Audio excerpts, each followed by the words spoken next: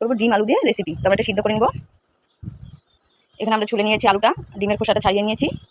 এখানে মশলা নিয়েছি আদা, রসুন, পেঁয়াজ, শুকনো লঙ্কা, জিরা, গরম মশলা একসাথে আমরা সবকিছু দিয়ে দিয়েছি।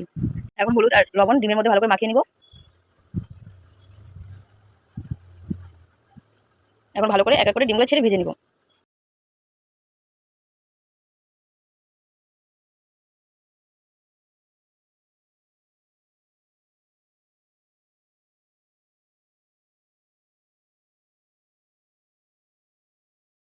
ডিমটা আমাদের ভাজা হয়ে গেছে।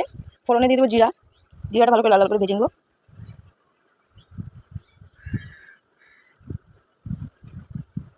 জিরাটা আমাদের ভাজা হয়ে গেছে। এখন সিদ্ধ করে আলুটা ভালো করে দিয়ে ভেজে নিব। আলুটাকে ভালো করে লাল লাল করে ভেজে নিব।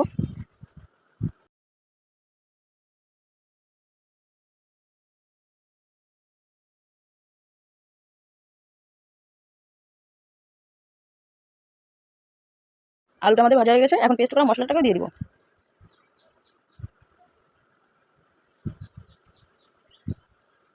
দিয়ে দেবো পরিমাণ মতো হলুদ, দিয়ে দেবো পরিমাণ মতো লবণ। এখন ভালো করে মশলাটাকে কষিয়ে ভেজে নিব।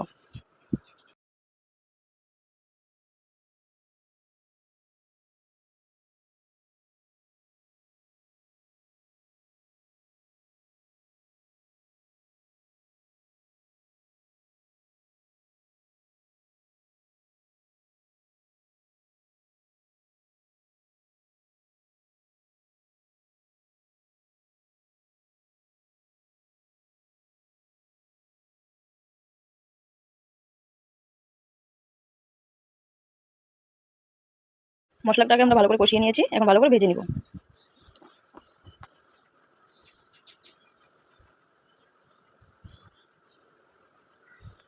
মশলাটা যত সুন্দর ভাজা হবে তরকারিটা খেতেও ততটাই সুন্দর হবে। দিয়ে দেবো আরেকটু তেল।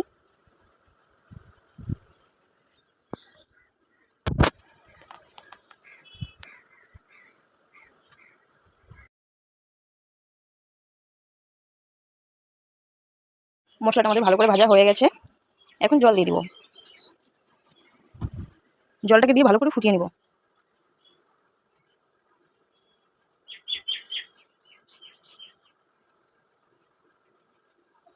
আমাদের তরকারির ঝোলটা ফুটে গেছে। এখন ভেজে রাখা ডিমগুলোকে এক এক করে ছেড়ে দেবো। এখন ভালো করে ঝোলটাকে ভালো করে ফুটিয়ে নেব।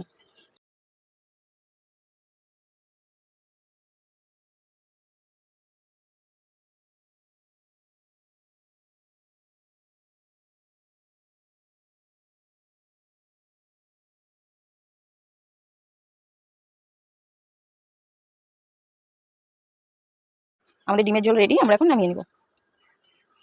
তোমরাও চাইলে বাড়িতে ট্রাই করে দেখতে পারো।